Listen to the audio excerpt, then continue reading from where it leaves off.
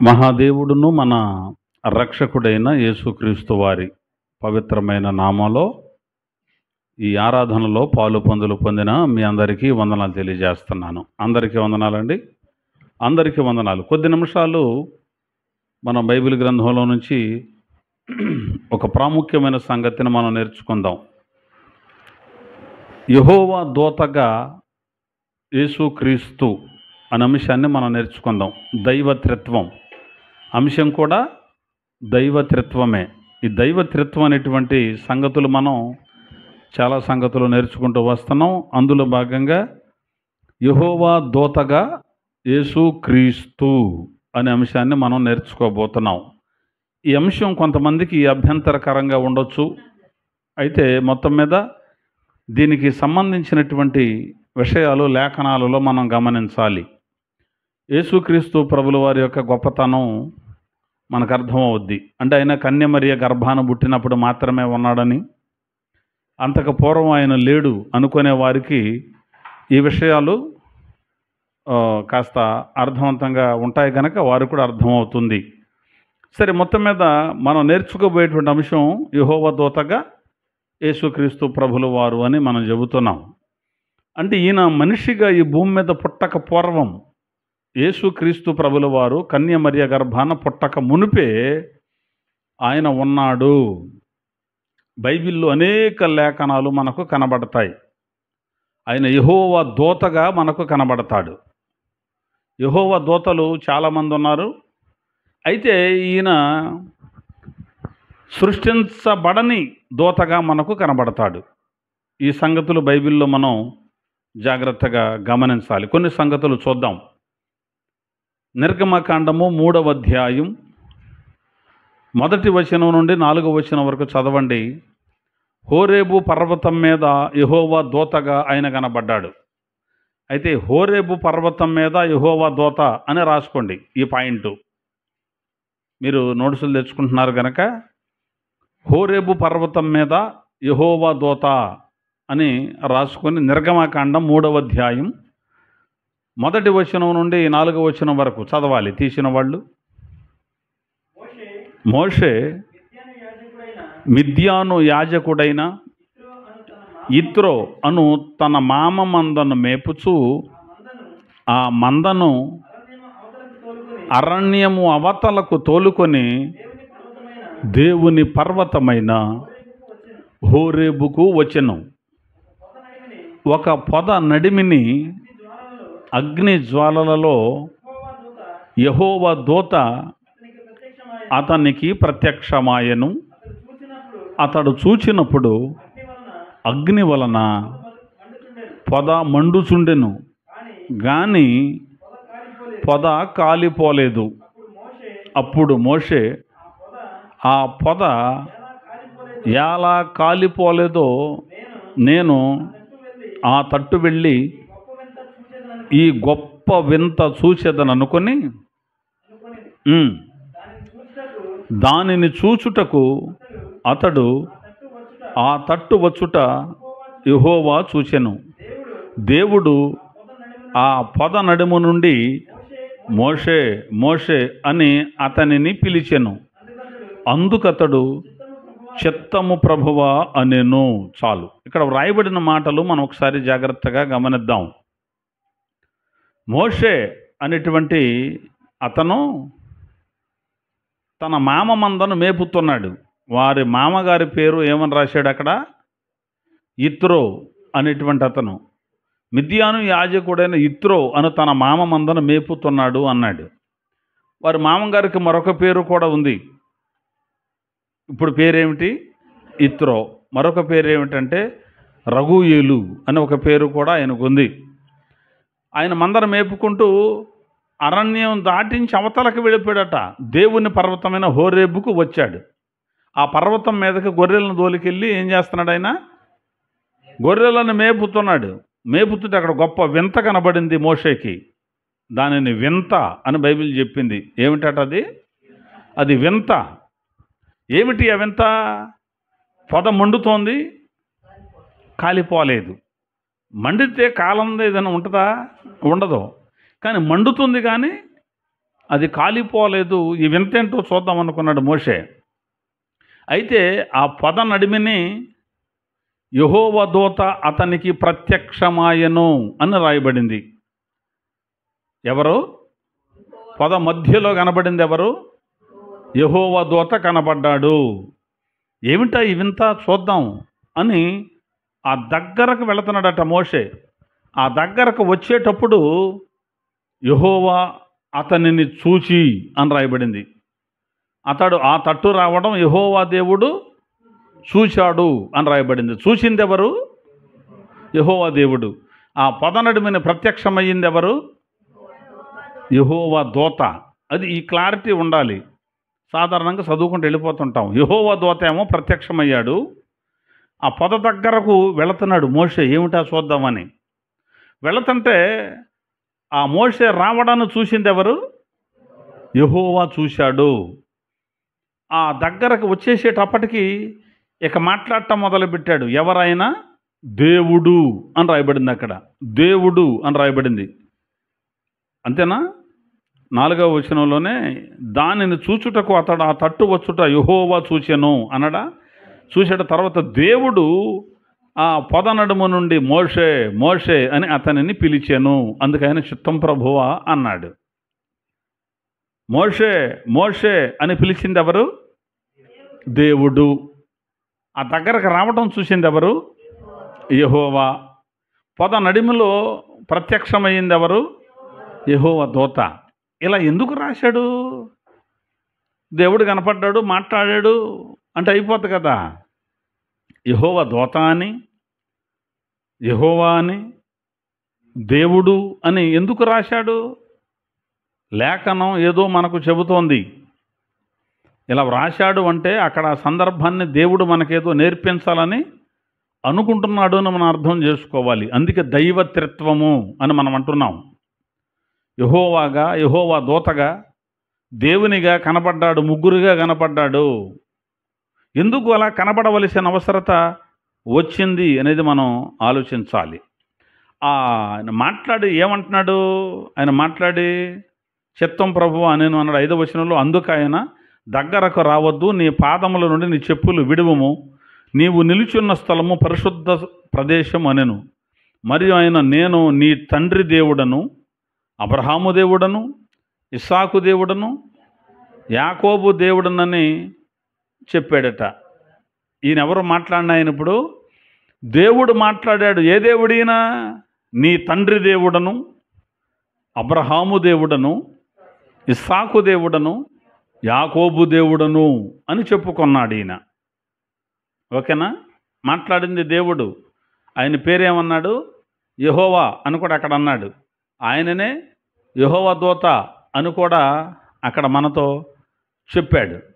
ఇదే సందర్భాన్ని ప్రసంగం చెబుతూ స్టెఫను ప్రసంగిస్తూ ఒక మాట చెప్పాడు. బైబిల్ గ్రంథంలో చూడండి, అపోస్తలుల కార్యాల గ్రంథం 7వ అధ్యాయం 30వ వచనంలో స్టెఫను ఆత్మావేశముతో నింపబడి ప్రసంగం చెబుతున్నాడు. వారి స్వజనుల మధ్య 40 ఏండ్లైన పిమ్మట సీనాయి పర్వత అరణ్యమందు ఒక పొదలోని అగ్ని జ్వాలలో ఒక దేవదూత అతనికి కనబడెను. మోషే చూచి ఆ దర్శనమునకు ఆశ్చర్యపడి దానిని నిదానించి చూచుటకు దగ్గరకు రాగా, నేను నీ పితరుల దేవుడను, అబ్రహాము, ఇస్సాకు, యాకోబుల దేవుడనని ప్రభువు వాక్కు వినబడిన గనుక చాలు. ఇక్కడ రాయబడిన మాట 40 ఏండ్లైన పిమ్మట అని రాశాడు. 40 ఏండ్లు అవ్వటం ఏంటి? తన మామగారి దగ్గరికి వెళ్ళి అప్పటికి మోషేకి 40 సంవత్సరాలు అవుతుంది. మోషే తన మామ ఇత్రో అనే దగ్గరకు వచ్చి, వింటున్నారా? మోషే అనే ఆయన వారి మామగారి దగ్గరికి వెళ్ళి ఎన్ని సంవత్సరాలు అవుతుంది? అప్పటికి 40 సంవత్సరాలు అవుతోంది. పుట్టిందేమో ఐగుప్తులో, 40 సంవత్సరాల పాటు ఐగుప్తులోనే పెరిగాడు. ఒకరిని చంపేసి తర్వాత ఐగుప్తును విడిచి పారిపోయాడు. అక్కడికి వెళ్ళిన తర్వాత ఆ ఇత్రో ఇంట చేరి ఒక 40 సంవత్సరాల పాటు ఆయన గొర్రెల్నే కాస్తూ వచ్చాడు. ఆ 40 80 ఏళ్ళు అయ్యాయి. అప్పుడు దేవుడు పొద నడుములో నుంచి మాట్లాడాడు. ఇక్కడ ఈయన ఎవరు మాట్లాడారని చెబుతున్నాడు స్తెఫన గారు? 40 ఏండ్లైన పిమ్మట 40 ఏండ్లైన పిమ్మట సీనాయి పర్వతారణ్యమందు ఒక పొదలోని అగ్ని జ్వాలలో ఒక దేవదూత అతనికి అగుపడెను అని రాయబడింది. అగ్ని జ్వాలల్లో కనబడింది ఎవరట? ఒక దేవదూత. అంటే హోరేబు పర్వతం మీద యెహోవా దూత మనకు కనబడ్డాడు. ఆ కనబడిన ఆయనే యెహోవా అని పిలువబడ్డాడు.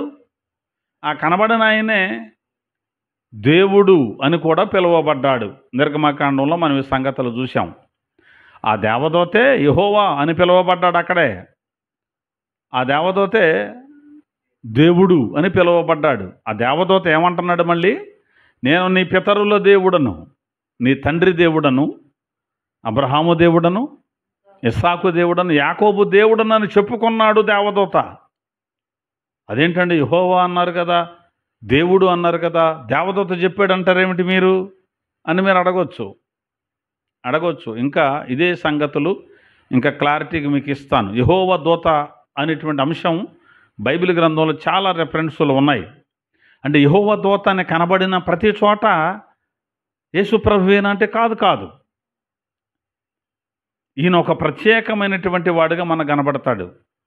సృష్టింపబడిన దూతగా ఈయన మనకు కనబడతాడు. హోరేబు పర్వతం మీద ఈ దర్శనం మనం చూసాము. ఇప్పుడు రెండవది, సీనాయి కొండ మీద ధర్మశాస్త్ర ప్రదాతగా యెహోవా దూత కనబడతాడు. రెండో పాయింట్ వేసి, సీనాయి కొండ మీద ధర్మశాస్త్ర ప్రదాతగా యెహోవా దూత కనపడతాడు. సీనాయి కొండ మీద కనపడ్డాడు.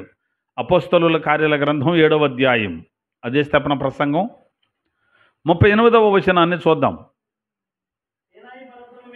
సీనాయి పర్వతము మీద తనతో మాట్లాడిన దేవదూతతోనూ మన పితరులతోనూ అరణ్యములోని సంఘమందు ఉండి మనకిచ్చుటకు జీవవాక్యములను తీసుకొనిన వాడు ఇతడే. ఇతనికి మన పితరులు చాలు. ఇక్కడ రాయబడిన సందర్భాన్ని కనుక మనం గమనిస్తే, సీనాయి కొండ మీద ఇశ్రాయేలు జనాంగానికి ఏమిచ్చాడు దేవుడు? ఏమిచ్చాడు? ధర్మశాస్త్రాన్ని ఇచ్చింది. ధర్మశాస్త్రాన్ని ఇచ్చింది ఎవరు? దేవుడే. అంటే దేవదూత. మళ్ళీ చదువుతావా 38వ వచనం?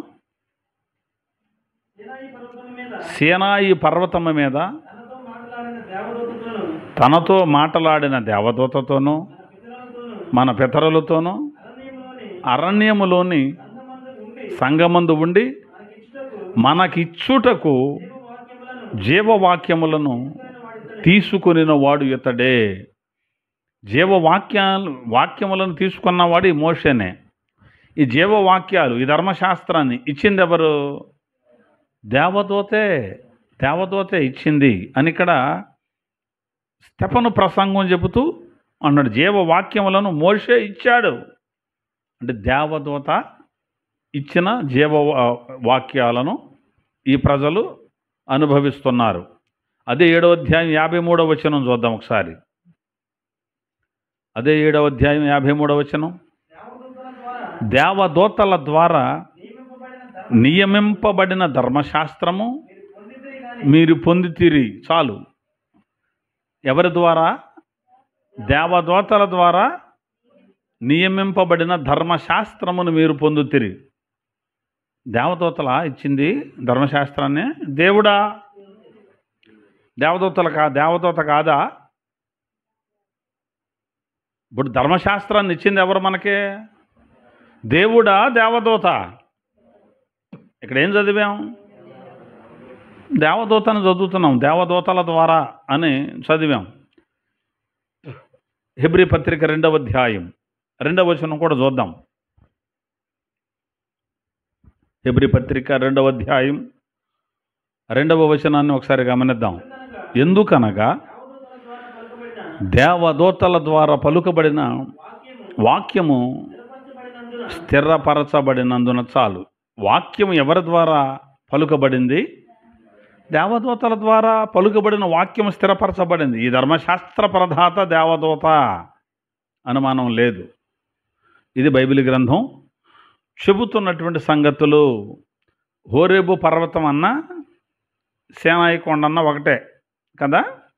అక్కడ దేవదూతే కనబడి ధర్మశాస్త్రాన్ని గురించిన సంగతులు వారికి కావలసినటువంటి వారు ఇచ్చారు అని స్టెఫెన్ గారు తన ప్రసంగంలో చెబుతున్నాడు. నిర్గమకాండం 20వ అధ్యాయం 1వ వచనం చూద్దాం. నిర్గమకాండము 20వ అధ్యాయం 1వ వచనం. దేవుడు ఈ ఆజ్ఞలన్నీ వివరించి చెప్పాను. చాలు. ఈ ఆజ్ఞలన్నీ వివరించి చెప్పింది ఎవరు? దేవుడు. ఈ ఆజ్ఞలన్నీ చెప్పింది ఎవరు? దేవుడు. దూత కాదా? యెహోవా దూత. యెహోవా దూతే దేవుడు అని మనకు అర్థమవుతుంది. యెహోవా దూత దేవుడు ఏంటండి? యెహోవా దూత దేవుడా? ఏదన్నా ఒక క్లారిటీ ఉండాలి తప్ప యెహోవా దూతే దేవుడు అంటే ఎలా? యెహోవా దూతే దేవుడా? యెహోవా దూత దేవుడనే నేను చెబుతున్నాను ఈ లేఖనాలను బట్టి. దూతే తప్ప దేవుడు ఎలా అవుతాడండి? ఇదే లేఖనాలు కనబడుతున్నాయిగా. అందుకే దేవుడు త్రిత్వం అని మనం చెప్పేది. యెహోవా దూతగా కనబడింది యేసు ప్రభువే. అనుమానమేమి? పాత నిబంధన గ్రంథంలో కనబడింది, వినబడింది యేసు ప్రభువే. దేవునికి స్తోత్రం కలుగునుగాక. ఆదాము అనేటువంటి ఆయన కూడా ఆదాము హవ్వలను సృష్టించినప్పుడు ప్రతి చల్లపూట ఆ తోటలోనికి వచ్చి మాట్లాడింది ఎవరు అని రాసి ఉంటుంది బైబిల్లో? యెహోవా స్వరము అని ఉంటుంది బైబిల్లో. యెహోవా స్వరం వచ్చి ప్రతి చల్లపూట ఆదాముతో మాట్లాడిందంట. యెహోవా మాట్లాడింది యెహోవా స్వరమా?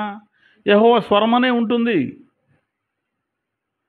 అందుకే నేను చెబుతున్నాను, పాత నిబంధన గ్రంథం మొత్తం మీద కూడా కనబడినవాడు, వినబడినవాడు యేసుక్రీస్తు ప్రభుల వారే. అయితే దూత దేవుడు అని మీరు ఈ చూపించి మాట్లాడితే సరిపోతుందా అని అడగొచ్చు. చూపిస్తాను, చూద్దాం. ఆదికాండం 48వ అధ్యాయం. ఆదికాండము 48వ అధ్యాయం 15-16 వచనాలు. అతడు యోసేపును దీవించి, నా పితరులైన అబ్రహాము ఇస్సాకులు ఎవని ఎదుట నడుచుచుండిరో ఆ దేవుడు నేను పుట్టినది మొదలుకొని నేటి వరకును ఎవడు నన్ను పోషించెనో ఆ దేవుడు, అనగా సమస్తమైన కీడులలో నుండి నన్ను తప్పించిన దూత ఈ పిల్లలను ఆశీర్వదించునుగాక అన్నాడు యాకోబు గారు. యాకోబు గారు పిల్లలను దీవిస్తున్నాడు. ఎవరిని? మనష్షే, ఎఫ్రాయిం. వీళ్ళిద్దరు అన్నదమ్ములు కదా. ఎవరి పిల్లలు వీళ్ళు? యోసేపు గారి పిల్లలు. యోసేపు గారికి మగపిల్లలు ఎంతమంది? ఇద్దరు, మనష్షే, ఎఫ్రాయిం. వీళ్ళని వాళ్ళ నాన్నగారి దగ్గరికి తీసుకొచ్చాడు యోసేపు గారు. నాన్న వీళ్ళను ఆశీర్వదించు అని వాళ్ళ దగ్గరకు తీసుకొచ్చి, పెద్దవాడు నెత్తి మీదేమో కుడి చేయి ఉండేటట్టు, చిన్నవాడు నెత్తి మీదేమో ఎడం చేయి ఉండేటట్టుగా నిలబెట్టాడు. యాకోబు గారు ఇట్ట మార్చి చేతులు పెట్టాడు. నాన్నగారు అలా కాదంటే నాకు తెలుసు అని ఈయన దీవించాడు కదా. అలా దీవిస్తూ యాకోబు గారు మాట్లాడే మాట మనం గమనించాలి. ఏమన్నాడు? అతడు యోసేపును దీవించి, నా పితరులైన అబ్రహాము ఇస్సాకులు ఎవని ఎదుట నడుచుచుండిరో, అంతేనా? ఆ దేవుడు. ఎవరట?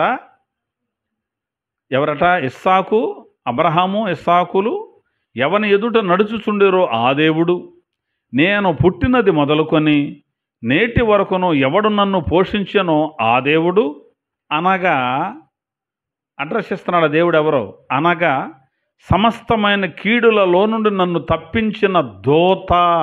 దేవునికి మహిమ కలుగునగాక.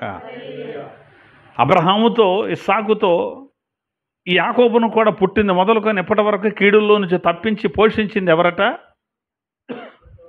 దేవుడు అన్నాడు. దేవుడు అనగా దోత అన్నాడు. ఈ పిల్లలను ఆశీర్వదించునుగాక అన్నాడు. అంటే ఇప్పుడు అబ్రహాముతో మాట్లాడింది దేవుడా దోత?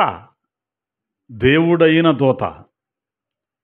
ఇస్సాకు గారితో కలిసి ఇస్సాకును ఆశీర్వదించింది దేవుడా దోత? దేవుడనబడిన దోత. యాకోబును పోషించింది ఎవరు? యాకోబును సంరక్షించింది ఎవరు? యాకోబుని ఆశీర్వదించింది ఎవరు? దేవుడు అనబడిన దోత. అక్కడ అన్నాడుగా యాకోబు గారు కూడా. ఏమన్నాడమ్మా? దోత. అంటే ఈ దోత సృష్టించబడిన దోత కాడు, ఈయన సృష్టికర్త అని మనకు అర్థం అవుతోంది. అయితే అబ్రహాంతో కనపడింది ఎవరో? దోతేనా యెహోవానా? అబ్రహాం గారికి కనపడింది దోత యెహోవా. ఆదికాండం 18వ అధ్యాయం 1వ వచనం.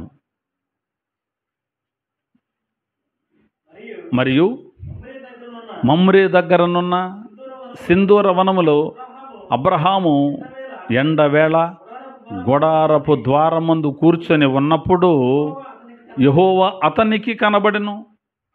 అతడు కన్నులెత్తి చూచినప్పుడు 3 మనుషులు అతని ఎదుట నిలువబడి ఉండేరి. ఎవరినంట ఈయన చూసింది? యెహోవా అతనికి కనబడెను. ఆయన్నేనా ఈయన ఆరాధించింది? దోతనా? మళ్ళీ దోత ఎవరండి మధ్యలో? అది అక్కడే మిస్ అయ్యాం మనం బైబిల్ చదవడం. యెహోవా దేవుడు అనుకుంటూ వచ్చామే తప్ప ఆయనకు యెహోవా దోత అని ఒక పేరు కూడా ఉంది. ఆయన ఎవరో కాదు, యేసుక్రీస్తు ప్రభు అన్న సంగతిని మర్చిపోయారు. అందుకే యేసును గురించినటువంటి సంగతులు చాలామందికి ఆకళింపు లేవు, అవగాహన లేదు. ఈయన యెహోవా దోతగా పిలువబడ్డాడు, ఈయన దేవుడు, ఈయన యెహోవా అని బైబిల్ చెబుతోంది. అందుకని యెహోవా అనే పేరు ఒక్కళ్ళకే కాదు, ఆ పేరు కలిగిన వారు 3 కనపడ్డారు అని ఇంతకు మునుపు ప్రసంగంలో మనం నేర్చుకున్నాం. యెహోవా అనే పేరు ఒకళ్ళకే కాదు ఉన్నది బైబిల్లో. లేఖనం చదివితే ఒక్కళ్ళకే ఉండాలంటారు మనోళ్ళు, ఒక్కళ్ళకే ఉండి తీరాలంటారు మనవాళ్ళు. ఎందుకని ఆ నిర్ణయానికి వచ్చారు? బైబిల్ చెబుతోంది కదా, బైబిల్ చెబుతున్న సంగతులు కాదని. లేదు, ఆయన ఒక్కడగానే ఉండాలని ఎందుకన్నారు? ఒక్కడే అంటే వీళ్ళు అనుకున్నారు ఒకే శరీరం కలిగి ఉన్నాడు దేవుడు అనుకుంటున్నారు. ఒకే శరీరంతోనే ఉన్నాడు, కానీ 3 వ్యక్తులు ఉన్నారు. 3 వ్యక్తులను కలిపి ఒక్కటే అంటుంది బైబిల్. 3 వ్యక్తుల్ని ఒక్కడే దేవుడు అంటుంది బైబిల్. దేవుడు అనేటువంటి ఆయనలో 3 వ్యక్తులు ఉన్నారు. ఇప్పుడు ఉదాహరణకు భార్యాభర్తలను ఉద్దేశించి ప్రభుల వారు ఏమన్నారని మనం నేర్చుకున్నాం. మీరిక ఇద్దరుగా ఉండక అన్నాడే సుప్రభుల వారు. ఇంకొంచెం ముందుకెళ్ళి మీరిక ఇద్దరుగా ఉండక ఏక శరీరమై ఉందురు అన్నాడు.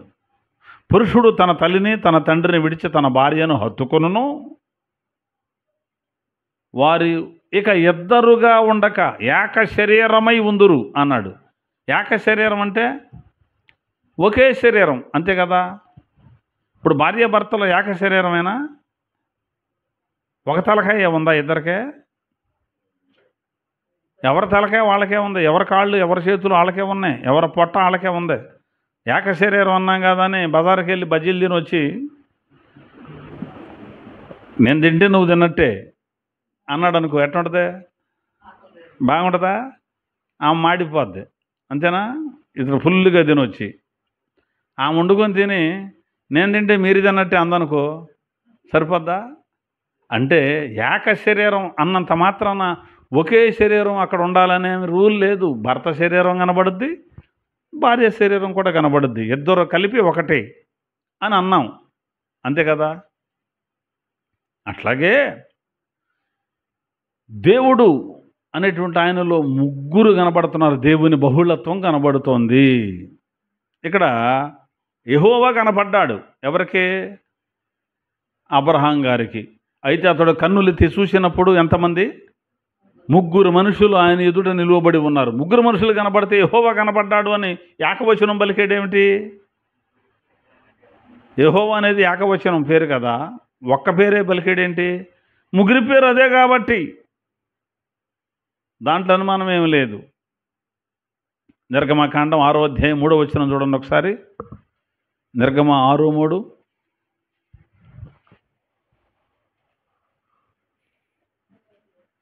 నేను సర్వశక్తి గల దేవుడను పేరున అబ్రహాము, ఇస్సాకు, యాకోబులకు ప్రత్యక్షమైతిని, కానీ యెహోవా అను నా నామమును నేను వారికి తెలియబడలేదు.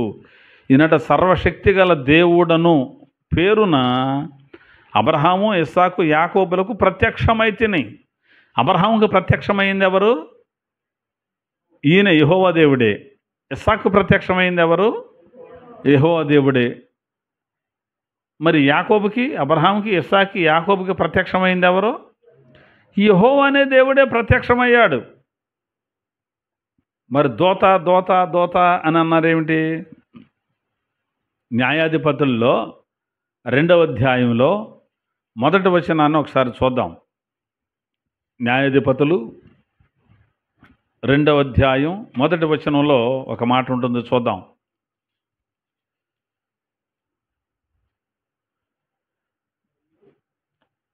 మొదటి నుంచి. యెహోవా దూత గిల్గాలు నుండి బయలుదేరి బోకేమునకు వచ్చి ఎలాగూ సెలవిచ్చాను, నేను మిమ్మును ఐగుప్తులో నుండి రప్పించి మీ పితరులకు ప్రమాణము చేసిన దేశమునకు మిమ్మును చేర్చి. చాలు. అసలు ప్రారంభంలో ఉన్న మాట ఏమిటంటే, నేను ఐగుప్తులో నుండి మిమ్ములను రప్పించి, అంతేనా? మళ్ళీ ఒక్కసారి చూడు, ఇబ్బంది ఏమీ లేదు. ఎవరైనా యెహోవా దూత గిల్గాలు నుండి బయలుదేరి బోకీమునకు వచ్చి ఇలా చెబుతున్నాడు. ఎవరో సెలవిచ్చేది? యెహోవా దూత. ఏమని చెబుతున్నాడో చూద్దాం. నేను మిమ్మును ఐగుప్తులో నుండి రప్పించి. చాలు. నేను మిమ్మును ఐగుప్తులో నుండి రప్పించి అంటున్నాడు. ఎవరైనా? యెహోవా దూత. ఐగుప్తులో నుంచి ఇశ్రాయేలును రప్పించింది ఎవరు? మనకు తెలిసి యెహోవా దేవుడు రప్పించాడు. అంతేనా? యెహోవా దేవుడు రప్పించాడా? యెహోవా దూత రప్పించాడా? యెహోవా దేవుడేగా రప్పించింది. మరి ఇక్కడ యెహోవా దూత ఏమని చెప్పుకుంటున్నాడు? నేనే మిమ్మును ఐగుప్తు నుంచి రప్పించాను అంటున్నాడు. అంటే ఐగుప్తు నుంచి రప్పించింది కూడా యెహోవా దూతే, ఇశ్రాయేలీల్ని. ఆ యెహోవా దూత ఎవరో? యేసుక్రీస్తు ప్రభుల వారు అని చెప్పాను. అంటే ఐగుప్తులో నుంచి ఇశ్రాయేలీల్ని రప్పించింది యేసు ప్రభువే. అబ్రహాముకి, ఇస్సాకు, యాకోబులకు ప్రత్యక్షమైంది యేసు ప్రభువే. మోషేకి కనబడింది యేసు ప్రభువే. పాత నిబంధన భక్తులందరితో మాట్లాడింది యేసు ప్రభువే. అంటే అప్పుడు యేసు అని పేరు లేదు అప్పుడు ఆయనకి. యేసు అంటే ఏంటి అర్థం? అది రక్షకుడు అని అర్థం. ఆయన పుట్టక పూర్వం ఆయన యెహోవా దూతగా కనపడ్డాడు, యెహోవా అని పిలువబడ్డాడు, ఆయన దేవుడు అని కూడా పిలువబడ్డాడు. ఏం లేదులేండి, ఆయనకి ఉపమాన నామం అయింది. ఇది అసలు ఆయన ఉన్నాడు, పనులన్నీ ఆయన చేస్తున్నాడు. ఈయనంటే ఉపమాన నామం అంతే. యెహోవా దూత, యెహోవా దూత అని అన్నారు. ఈ భూమి మీద అటు పిలువబడ్డాడు ఈయన. ఎక్కడ? ఈ భూమి మీదకి ఆయన వచ్చినప్పుడు అర్థం అవటం కోసం యెహోవా దూత అన్నారండి. ఈ భూమి మీద వరకే, తర్వాత కాదు అనొచ్చు కొంతమంది. ఈ భూమి మీదే కాదు, పరలోకంలో కూడా ఆయన యెహోవా దూత అని పిలువబడ్డాడు. పరలోకంలో కూడా యెహోవా దూత అని పిలువబడ్డాడు. ఆ మాట చూపించి నేను వివరంలోకి వెళ్తాను. ఆదికాండం 22వ అధ్యాయం 10-11 వచనాలు. ఆదికాండం 22. అప్పుడు అబ్రహాము తన కుమారుని వధించుటకు తన చెయ్యి చాపి కత్తి పట్టుకొనగా యెహోవా దూత ఎవరట అక్కడ గమనించాలి. యెహోవా దూత పరలోకము నుండి అబ్రహామా అని అతనిని పిలిచాను. అందుకు అతడు చిత్తము ప్రభువా అనెను. ఒకసారి ఆగుదాం. అప్పుడు అబ్రహాము తన కుమారుని వధించుటకు తన చెయ్యి చాపి కత్తి పట్టుకొనగా యెహోవా దూత పరలోకము నుండి, ఈ యెహోవా దూత అప్పుడు ఎక్కడున్నాడు? భూమి మీద కాదు, పరలోకంలో ఉన్నాడు. పరలోకంలో ఉండి ఏమంటున్నాడు? అబ్రహామా అని అతనిని పిలిచాను. అబ్రహామా అని పిలిచింది ఎవరు? యెహోవా పిలిచాడా? యెహోవా దూత పిలిచాడు. ఇక్కడ యెహోవా దూతే పిలిచాడు. అందుకు అతడు ఏమన్నాడు? చిత్తము ప్రభువా అనెను.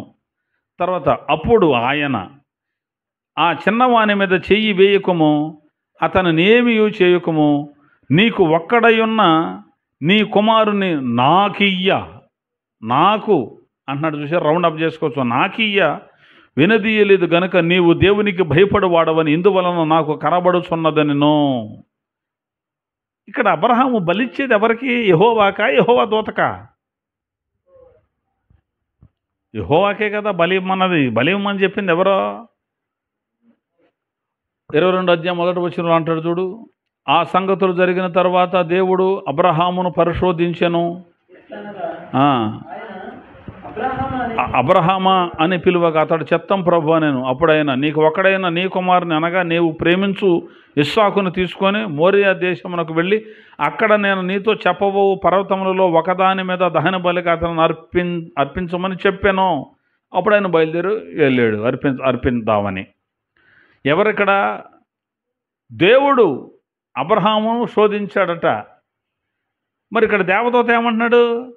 అబ్రహామా సంపద ఆ కుర్రాన్ని,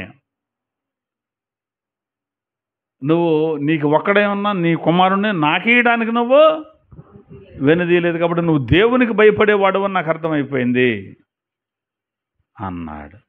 అంటే పరలోకంలో కూడా ఈయన యెహోవా దూతగా పిలువబడ్డాడు అని బైబిల్లో మనకు అర్థమైపోతుంది. కాబట్టి యెహోవా దూత ఎవరో కాదు, యేసుక్రీస్తు ప్రభువే. దూత అని ఎందుకు పిలువబడ్డారు? అసలు ఎందుకని అలా ఆయన పిలువబడ్డాడు అంటే ఈయనే కాదు, ఇంకా వేరే ఉన్నారు. దూత అంటే ఏమిటి? సమాచారం, వార్తాహరుడు, అంతే కదా.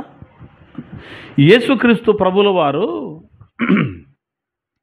సమీపింపరాని తేజ మండలంలో ఉన్నటువంటి వాక్యమై ఉన్న దేవుడు, పోయినసారి మనం చెప్పుకున్నట్టుగా ఆయన ఆ సమీపింపరాని తేజ మండలాన్ని విడిచిపెట్టి వచ్చి పరలోకం ఏర్పరిచి ఆ పరలోకంలో సింహాసనం మీద కూర్చొని ఇంకా మిగిలిన లోకాలు తయారు చేసుకొని ఆ దేవదూతలందరినీ కూడా వాటిల్లో నివాసం ఉండడానికి వారిని ఏర్పాటు చేసుకొని ఈయన 24 పెద్దల సలహాదారులకు ఏర్పాటు చేసుకొని కోటాను దేవదూతలను కూడా ఏర్పరచుకొని వీళ్ళతో ఎప్పుడు పరిశుద్ధుడు అనే గాన ప్రతిగానాలతో స్తుతింపబడుతున్న దేవుడే. ఇదే దేవుడు ఏం చేశాడు అంటే ఆ దూతలలో కూడా ఒక ప్రధానుడిగా ఈయన కూడా ఒక దేవదూతగా పనిచేశాడు. దూతలతోనే కలిసి ఉన్నాడు ఈయన కూడా. ఈ దేవుని కుమారుడు దేవదూతలలో ఆయన కూడా ఒక దూతగానే ఉన్నాడు. అందుకని ఆయన గురించి కూడా ఉదయ నక్షత్రము అని యేసుప్రభుని కూడా బైబిల్ చెబుతుంది. తేజో నక్షత్రం ఈయన కూడా, మార్నింగ్ స్టార్ అంటాం చూశారు. ఈయన కూడా వేకువ చుక్కయునై ఉన్నాడు అని రాయబడుద్ది బైబిల్లో. ఈయన కూడా వేకువ చుక్క అంటే ఇప్పుడు ఉదాహరణకు ఇప్పుడు మనోళ్ళు తెల్లారిందా లేదా చూడాలంటే ముందు ఏం చూస్తారు? చుక్కబడిసిందండి అంటారు. మీకు ఏమైనా ఐడియా ఉందో ఇప్పుడు తెలియదు కానీ దొరకటం వాళ్ళు చూస్తారు. చుక్కబడిసిందిరా, ఇప్పుడు పనికి వెళ్ళిపోవాలి, కొప్పకొట్టుడికి వెళ్ళాలో లేకపోతే మొక్కపోత పోయాలో చుక్కబడిసింది అంటారు. చుక్కబడిసిందంటే దాని వెనక ఏమొస్తుంది? సూర్యుడు వచ్చేస్తాడు, ఇక వచ్చే టైం అవుతుందని అర్థం. చుక్కబడిసిందంటే వేకువ చుక్క అంటారు. చుక్కబడిసిందంటే దాని అర్థం ఏంటి? వెనక సూర్యుడు వస్తుండని అర్థం. అలాగే దేవదూతలలో ఇక్కడ ఏమని రాసి ఉంటుంది అంటే బైబిల్లో వీళ్ళనే వేకువ చుక్క అంటారు, లేదా ఉదయ నాన్న మాట్లాడకూడదు, ఉదయ నక్షత్రములు అని బైబిల్లో ఉంది. ఉదయ నక్షత్రాలు. ఆ నక్షత్రం వచ్చిందంటే వెనక సూర్యుడు వస్తాడు. ఆ ఉదయ నక్షత్రాలలో యేసుక్రీస్తు ప్రభుల వారు కూడా ఒక ఉదయ నక్షత్రంగా ఉన్నాడు. అందుకని ఆయన యెహోవా దూత అని పిలువబడ్డాడు. ఆయనే యెహోవా, ఆయనే దేవుడు, ఆయనే యెహోవా దూత కూడాను. ఆయనే ఈ సృష్టి జరగడానికి ఆది సంభూతుడు. ఆయనలోనే ఈ సృష్టి కూడా జరిగింది. ఈ కనబడుతున్న సమస్త సర్వ విశ్వం మొత్తం ఆయనలో ఉంది. ఈ విశ్వమంతా ఆయనలో ఉండడానికి ఆయనే ఒక స్థలమయ్యాడు. మళ్ళీ ఆయనే స్థలమయ్యాడు, ఆయనే వేదిక అయ్యాడు. ఆయనలోనే ఇదంతా జరిగింది. ఆయనే సింహాసనం మీద కూర్చున్నాడు. కోటాను కోట్ల దేవదూతలతో పరిశుద్ధుడని పిలువబడుతున్నాడు. ఆయనే యెహోవా దూతగా పిలువబడ్డాడు. ఉదయ నక్షత్రాలు అంటారు చూడు, వారిలో ప్రథముడు ఈయన. ఇప్పుడు ఏదైనా ఒక గ్రహం మీదకి దేవుడు నేను వెళదాం అనుకుంటున్నాను అన్నాడు అనుకో, ఆయన కంటే ముందు ఈ ఉదయ నక్షత్రాలు వెళతారు. ముందెళ్ళి అక్కడ యెహోవా వస్తున్నాడు, యెహోవా వేం చేస్తున్నాడు, బహుపరాక్ అనుకుంటే వీళ్ళు పోతారు. వీళ్ళు అదంతా అక్కడ పరిశీలన చేస్తారు, అదంతా క్లీన్ చేస్తారు. ఇప్పుడు ముఖ్యమంత్రి వస్తున్నాడు మన ఊరు అనుకోండి, ముఖ్యమంత్రి గారు ఒక ఎవరికి చెప్ప పెట్టకుండా వచ్చేస్తాడు. ఆయనకంటే ముందు పెద్ద కాన్వాయ్ ఉంటుంది. అంతకు ముందే ఈ ప్రాంతంలో ఉన్న వాళ్ళు మొత్తం ఏం చేస్తారు, రోడ్లన్నీ తుక్కు దుబారం ఏమీ లేకుండా నీట్గా ఉంచుతారు. వాళ్ళు ఎటు వెళ్ళాలో రూట్ మ్యాప్ కూడా చక్కగా ముగ్గుతో వేసేస్తారు. కటౌట్లు కట్టి హడావుడి చేస్తారా అంటే ముఖ్యమంత్రి గారు వచ్చే ముందు వీళ్ళంతా పనిచేస్తారు. అట్లాగే దేవుడు ఈ ప్రాంతానికి వస్తున్నాడు, ఈ గ్రహం మీదకి వస్తున్నాడు అన్నప్పుడు ఒక ఉదయ నక్షత్రం వెళతాడు అక్కడికి. ఆయన వచ్చాడు అంటే వెనక ఎవరు వస్తున్నారని, దేవుడు వస్తున్నాడని అర్థం. అందుకని యెహోవా దేవుణ్ణి సూర్యుడు అని రాయబడింది బైబిల్లో. దేవునికి మహిమ కలుగునగాక. యేసుక్రీస్తు ప్రభుల వారిని గురించి కూడా రాయబడింది, కానీ మలాకీలో నీతి సూర్యుడు అని యేసయ్యని గురించి రాయబడింది. యెహోవా సూర్యుడు అనే బైబిల్లో ఉంది. యేసు ప్రభుని గురించి ఏమో ఆయన నీతి సూర్యుడు అని యేసయ్యని గురించి కూడా రాయబడింది. అంటే ఆ దూతల్లో దూతగా కలిసిపోయాడు కనుక, ఆయన దూతల్లో ప్రథముడిగా ఉన్నాడు కనుక అనుకున్నారు ఆ దూతలందరూ కలిసి, ఈయన మనలాంటివాడేలే, ఈయన మనలాంటివాడేలే, ఏంటి ఈయనకి పెద్ద గొప్ప ఏంటి, కాకపోతే ఈయన అద్వితీయ కుమారుడు, మనమేం తర్వాత వచ్చిన వాళ్ళం, ఏంటి ఈయనకంతా ఇది అని ఈయన మీద ఒక నిర్లక్ష్య స్వభావం కూడా దూతల్లో ఏర్పడింది. అందుకని వారిలో లోపాలు ఉన్నాయని బైబిల్ చెబుతోంది. అర్థమవుతుందా? ఈయన దూతగా వచ్చి వాళ్ళలో తిరుగుతున్నప్పటికీ, వాళ్ళతో కలిసి ఉన్నప్పటికీ వాళ్ళు అనుకున్నారు మనలో తిరుగుతున్నాడు, ఈయన మనలాంటి అనుకున్నారు వాళ్ళు. అలాగే ఆయన శరీరాన్ని తొడుక్కుని భూమి మీదకి మనిషిగా వచ్చేసరికి ఏమనుకున్నారంటే, ఈయన మనలాంటివాడేలే, మరీ కుమారుడు కాదా, యోసేపు గారు అబ్బాయి కాదా, ఎవరు వాళ్ళ అన్నయ్య వాళ్ళంతా ఏది ఆయన తమ్ముళ్ళంతా మనతో ఉన్నారు కదా, ఆయన చెల్లెళ్ళు కూడా మనతోనే ఉన్నారుగా అనుకున్నారు. అంతే తప్ప ఆయన ఎవరు అర్థం చేసుకోలేకపోయారు. అంటే ఈయనే దేవుడు, ఈయనే సృష్టికర్త, ఈయనే యెహోవా దూత, ఈయనే యెహోవా దేవుడు, ఈయనే యేసుక్రీస్తు, ఈయనే మానవుడు, ఈయనే మనందరి కొరకు ప్రాణం పెట్టినవాడు, ఈయనే పరలోకానికి వెళ్ళి తండ్రి అయిన దేవుని కుడి పక్కన కూర్చున్నవాడు, అన్నీ ఈయనే. అదెట్ట కుదిరిద్దండి? ఈయనే దూత ఎట్ట అవుతాడు, ఈయనే దేవుడు ఎట్ట అవుతాడు, ఈయనే యెహోవా ఎట్ట అవుతాడు, ఇన్ని పాత్రలు ఈయన ఒక్కడే ఎట్ట పోషిస్తాడు అనుకుంటారు. సింపుల్గా చెబుతాను, ఒక మాట చెబుతాను సింపుల్గా. ఇప్పుడు ఒక ఇంట్లో ఇద్దరు దంపతులకు ఒక అబ్బాయి పుట్టాడు. వాళ్ళకేమవుతాడు? ఆయన కొడుకు అవుతాడు. కొడుకు అవుతాడు కదా, పెరిగాడు, పెద్దోడయ్యాడు, పెరిగి పెద్దోడయ్యాడు. తర్వాత ఇంకా ఒకళ్ళు పుట్టారు. ఆ పుట్టిన వాళ్ళకేమో అన్నయ్య అయ్యాడు. అన్నయ్య అయ్యాడా?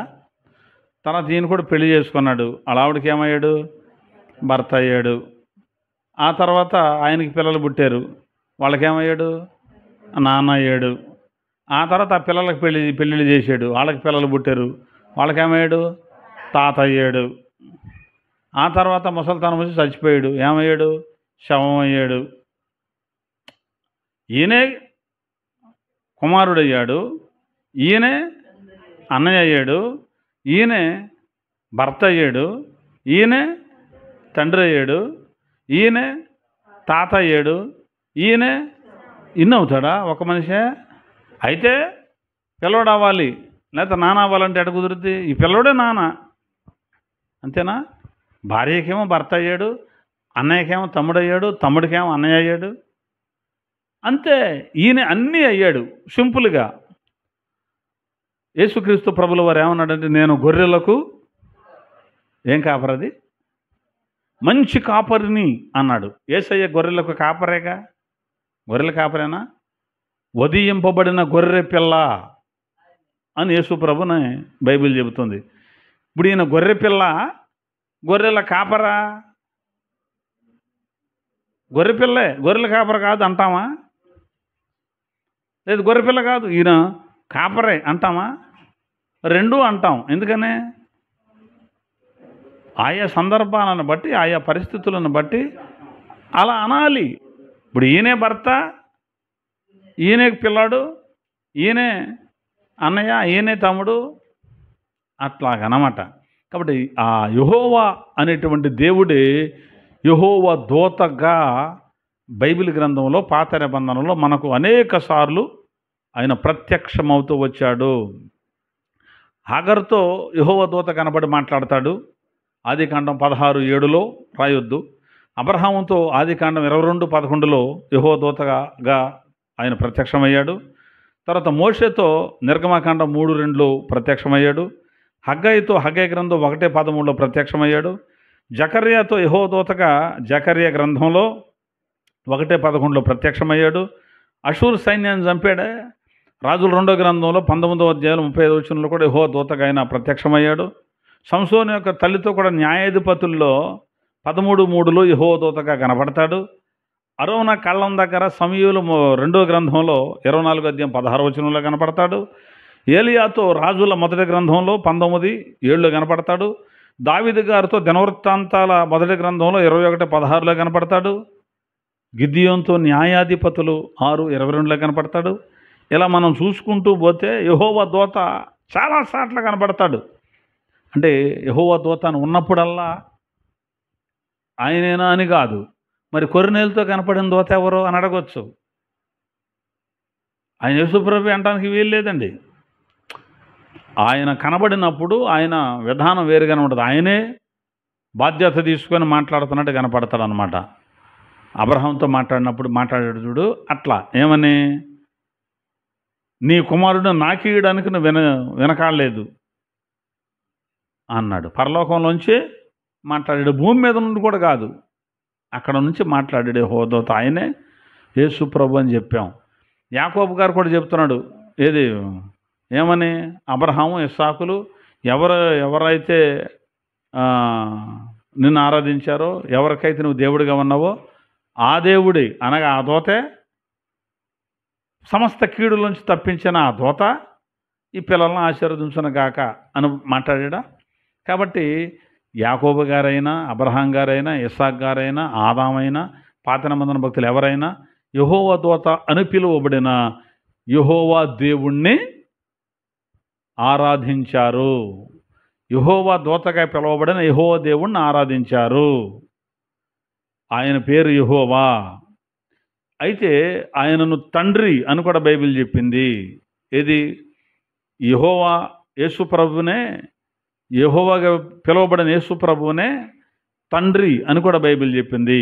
తండ్రి అన్నప్పుడు సమీపింపరాని తేజస్సులో ఉన్న తండ్రి అనుకోకూడదు. ఈ కనబడుతున్న సమస్త సృష్టిని చేసిన యెహోవా అని మనం అనుకోవాలి. ఈ సమస్త సృష్టిని కలుగు చేసిన యెహోవా అనబడిన దేవుడే యేసు ప్రభుగా వచ్చాడు. అసలు ఎవరికి కనబడకుండా వినబడకుండా సమీపింపరాని తేజస్సులో ఉన్న యెహోవా ఆయన అలాగే ఉన్నాడు. బయటకు వచ్చిన కుమారుడుగాని పిలువబడ్డ ఆయనే యెహోవా. కాబట్టి యెహోవా దేవుడు అనగానే ఇక తండ్రి అనుకోవద్దు. మనం తండ్రి అయిన దేవుడు అని మనం అనుకోవద్దు. పాత నిబంధనలో కనబడింది యెహోవాగా యేసు ప్రభువే, యెహోవా దూతగా యేసు ప్రభువే. కాబట్టి దేవుడు త్రిత్వం అయి ఉన్నాడు అని అందుకే మనం చెబుతున్నాం. కాదండి, కూడదండి, అలా ఉండడానికి వీలు లేదండి అన్నారనుకో, ఈ విషయాలు మనకు వివరించి వాళ్ళు చెప్పాలి. కాదన్న వాళ్ళు యెహోవా దూతగా కనబడింది ఎవరో చెప్పాలి. యెహోవా కనబడ్డాడని, యెహోవా దూత కనబడ్డాడని, దేవుడు మాట్లాడాడు అని ఎందుకు నిర్గమకాండం 3వ అధ్యాయంలో దేవుడు రాయించాడో చెప్పాలి. యెహోవా కనబడ్డాడు, అతడు కన్నులు తీసి చూసినప్పుడు 3 మనుషులు అతని ఎదుట ఉన్నారు అన్న విషయం ఏమిటో మనకు చెప్పాలి.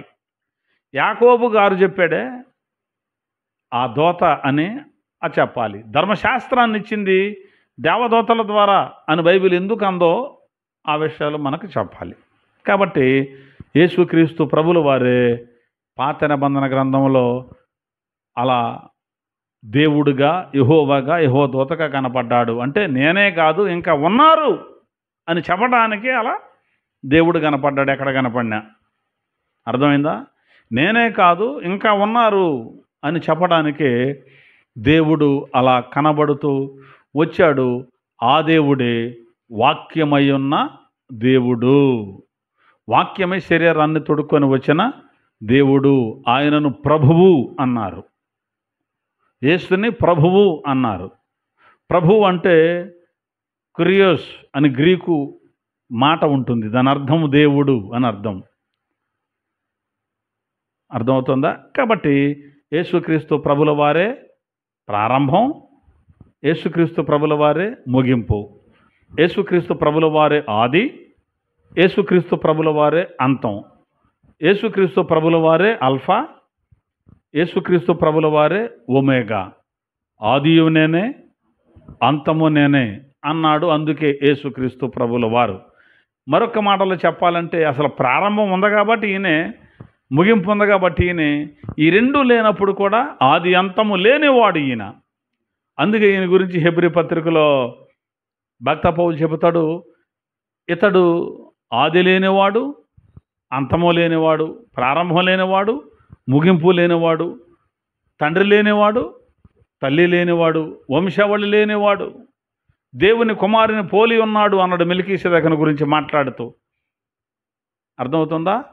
ఈ దేవుని కుమారుడైన యేసుక్రీస్తు ప్రభుల వారికి తల్లి లేదు, తండ్రి లేడు, ఆది లేదు, అంతము లేదు, ప్రారంభం లేదు, ముగింపు లేదు, వంశావళి లేదు. అంటే ఈయనే ఉన్నవాడు. అర్థమవుతుందా? అది యేసుక్రీస్తు ప్రభుల వారంటే. కాబట్టి యేసుని గురించిన అవగాహన లేని వాళ్ళు చాలామంది ఆయన మనిషే మనిషే మనిషే దేవుడు కాదన్నారు. మరి ఏరియన్ నిజమని ఒక సిద్ధాంతం ఉంది. వాళ్ళైతే ఆయన ఆది సంభూతుడే కానీ సృష్టికర్త కాదు, ఆయన డెమిగాడ్, సగం దేవుడే, అర్ధదేవుడు అని చెప్పారు. ఆది దేవుడు అంటే ప్రారంభంలో పుట్టాడు ఆయన. సరే, భూమిని చేశాడు, ఆకాశం చేశాడంటే మేము నమ్ముతాం, కరెక్టే. కానీ యెహోవా అనే దేవుడు ఈయన్ని తయారు చేసాడు. ముందు ఈయన్ని కన్నాడు, ఈయన్ని తయారు చేసుకున్నాడు. ఆ తర్వాత ఈయన అన్నీ చేసుకొచ్చాడు. కాబట్టి ఈయన కూడా పుట్టినవాడే అంటారు కొంతమంది, ఏరియనిజం. అందుకనే క్రీస్తు శకం 325లో నైసిల్ కౌన్సిల్ అని ఒక కౌన్సిల్లో మొత్తం బిషప్పులంతా కూర్చొని ఆలోచించి అతని సిద్ధాంతాన్ని కొట్టిపాడేసి అతన్ని ఎలేసి అవతల బారేశారు, ఆ ఏరియన్ అనేటువంటి ఆయన్ని. ఓకేనా? కాబట్టి యేసుక్రీస్తు ప్రభుల వారు యెహోవా అని పిలువబడుతున్న దేవుడు. ఓకే, దేవుడి మాటలు మనందరి వినికిడిలో స్థిరపరిచి బలపరుచునుగాక.